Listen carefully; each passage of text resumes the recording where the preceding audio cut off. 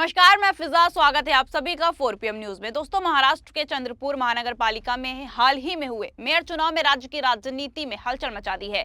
यहां बीजेपी की संगीता खांडेकर महापौर चुनी गई और ये जीत शिवसेना यूबीटी के पार्षदों के समर्थन से संभव हुई है। सबसे बड़ी पार्टी होने के बावजूद कांग्रेस महापौर पद हासिल नहीं कर सकी, जिससे पार्टी में नाराजगी और सवाल खड़े हो गए हैं। जिसके बाद अब कांग्रेस के तरफ से बयान भी आना शुरू हो गए हैं। कांग्रेस के वरिष्ठ नेता नाना पटोले ने इस घटना पर प्रतिक्रिया देते हुए उद्धव ठाकरे को सीधे निशाने पर लिया है। उन्होंने कहा कि महाविकास अघाड़ी गठबंधन खुद बीजेपी को रोकने और राज्य में लोकतांत्रिक समीकरण बनाए रखने के लिए बनाया गया था।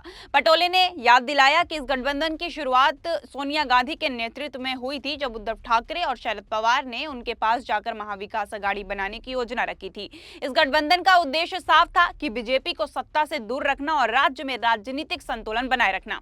नाना पटोले ने कहा कि आज चंद्रपुर में शिवसेना यूबीटी ने बीजेपी का साथ देकर इस गठबंधन के मूल उद्देश्य से दूरी बनाई है। उनका कहना था कि इस कदम ने कांग्रेस या महाविकास अघाड़ी को व्यक्तिगत चोट नहीं लगी, लेकिन ये फैसला राजनीतिक तौर पर सही नहीं है। पटोले ने साफ शब्दों में कहा कि बीजेपी एक ऐसी पार्टी है जो किसानों के हितों के खिलाफ काम करती है, महंगाई बढ़ाने में जिम्मेदार है और महाराष्ट्र में कानून व्यवस्था को भी कमजोर करने में लगी रहती है। ऐसे में शिवसेना यूबीटी का बीजेपी का समर्थन करना उनके दृष्टिकोण में सही कदम नहीं माना जा सकता है। क्या कुछ कहा नाना पटोले ने, ये आप खुद सुन लीजिए। हम उद्धव ठाकरे साहब के पास नहीं गए थे, हमारी नेता सोनिया गांधी जी के पास उद्धव ठाकरे जी गए थे, शरद पवार जी गए थे और तब महाराष्ट्र में महाविकास आघाड़ी की शुरुआत हुई बीजेपी को सत्ता से रोकने के लिए। आज जिस तरह से चंद्रपुर में बीजेपी को साथ देकर उन्हें हमारे से दूरी बनाई, तो हमें कोई उसकी तकलीफ नहीं है, लेकिन ये जो चंद्रपुर में हुआ वो अच्छा नहीं हुआ।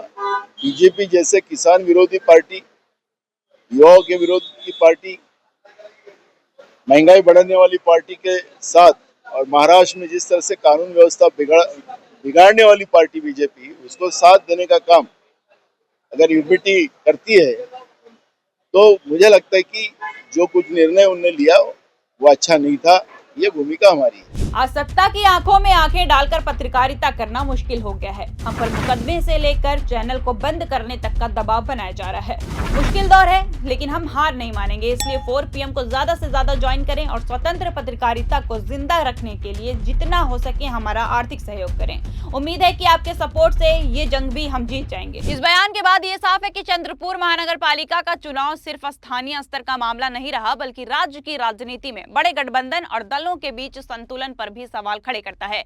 नाना पटोले के शब्दों से यह भी पता चलता है कि कांग्रेस ने इस घटना को व्यक्तिगत मुद्दे के रूप में नहीं देखा, बल्कि इसे राजनीतिक रणनीति और गठबंधन की प्राथमिकताओं के नजरिए से गंभीर माना है। कुल मिलाकर चंद्रपुर का चुनाव महाराष्ट्र की राजनीति में सत्ता समीकरण और गठबंधन की रणनीति को लेकर नई बहस शुरू कर दिया है। दरअसल आपको बता दें कि चंद्रपुर महानगर पालिका के मेयर चुनाव में इस बार राजनीति का समीकरण पूरी तरह बदल गया है। चुनाव से पहले यह माना जा रहा था कि कांग्रेस जो सबसे बड़ी पार्टी है, मेयर पद आसानी से जीत सकती है, लेकिन शिवसेना यूबीटी के समर्थन ने नतीजे को पूरी तरह बदल दिया।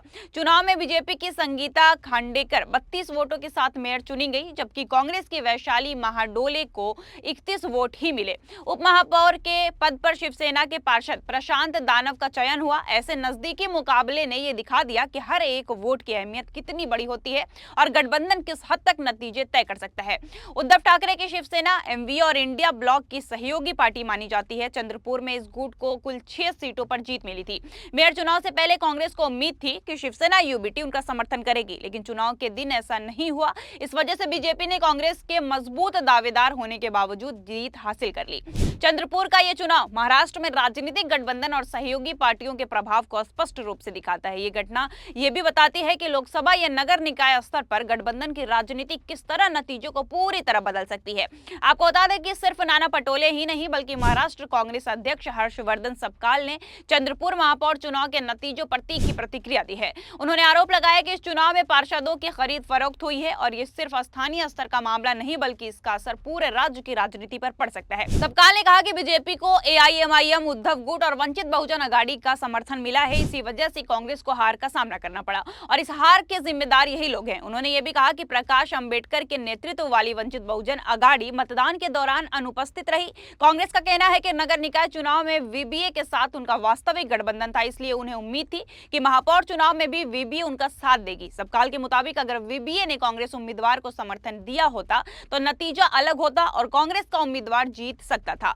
और अब कांग्रेस ने पूरे घटनाक्रम को लोकतांत्रिक मूल्यों के खिलाफ बताया है और इसे राजनीतिक दबाव और रणनीतिक चालों का परिणाम कहा है।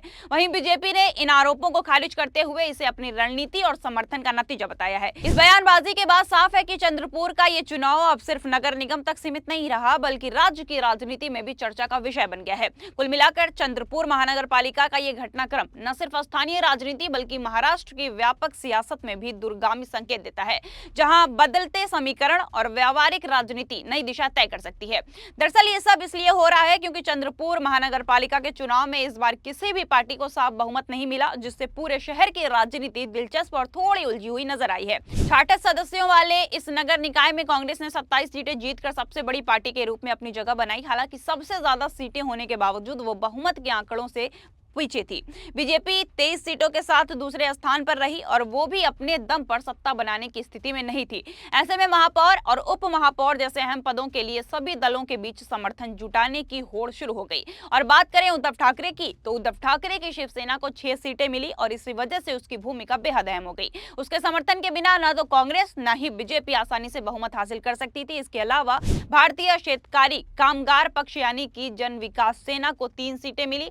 वंचित बहुजन अघाड़ी को 2 सीटें हासिल हुई। एआईएमआईएम बसपा और शिवसेना शिंदे गुट को 1-1 सीट मिली, जबकि 2 निर्दलीय उम्मीदवारों ने भी जीत दर्ज की है। इन छोटे दलों और निर्दलियों के कारण राजनीतिक समीकरण और ज्यादा जटिल हो गए। इस तरह बिखरे जनादेश ने साफ कर दिया कि चंद्रपुर में सत्ता का रास्ता सीधे बहुमत से नहीं बल्कि गठबंधन की राजनीति से होकर जाएगा। छोटे दलों और निर्दलीय पार्षदों की अहमियत अचानक बढ़ गई और दोनों बड़ी पार्टियां कांग्रेस और बीजेपी उनका समर्थन पाने के लिए लगातार बातचीत और रणनीति बनाती रही। इसी कारण चुनाव परिणाम आने के बाद भी कई दिनों तक ये साफ नहीं हो पाया कि महापौर की कुर्सी पर कौन बैठेगा। शहर में राजनीतिक हलचल और सस्पेंस का माहौल बना रहा, जिसने पूरे घटनाक्रम को और भी रोचक बना दिया। और इसी सबके चक्करों में महापौर चुनाव से पहले कांग्रेस और शिवसेना यूबीटी के बीच कई दौर की बातचीत हुई, लेकिन दोनों पार्टियों के बीच किसी ठोस सहमति पर बात नहीं बन सकी। इससे कांग्रेस की मुश्किलें और बढ़ गई और बीजेपी ने बाजी मार ली। अब देखते हैं कि इस पूरे घटनाक्रम में आगे क्या होता है और उद्धव ठाकरे इस पे क्या बयान देते हैं। अब अगर देखा जाए तो जिस तरीके से अंबरनाथ में कुछ दिन पहले ही कांग्रेस ने बीजेपी से समर्थन किया था वहां के पार्षदों ने, जिसके बाद अपर कांग्रेस ने यह फैसला लिया कि 12 पार्षदों को अपने पार्टी से बेदखल कर दिया। अब आपको क्या लगता है कि क्या उद्धव ठाकरे भी कुछ ऐसा ही कदम उठाएंगे? इसका जवाब आप मुझे कमेंट सेक्शन में दीजिए। तब तक के लिए नमस्कार, मिलते हैं आपसे अगली बड़ी खबर के साथ। धन्यवाद।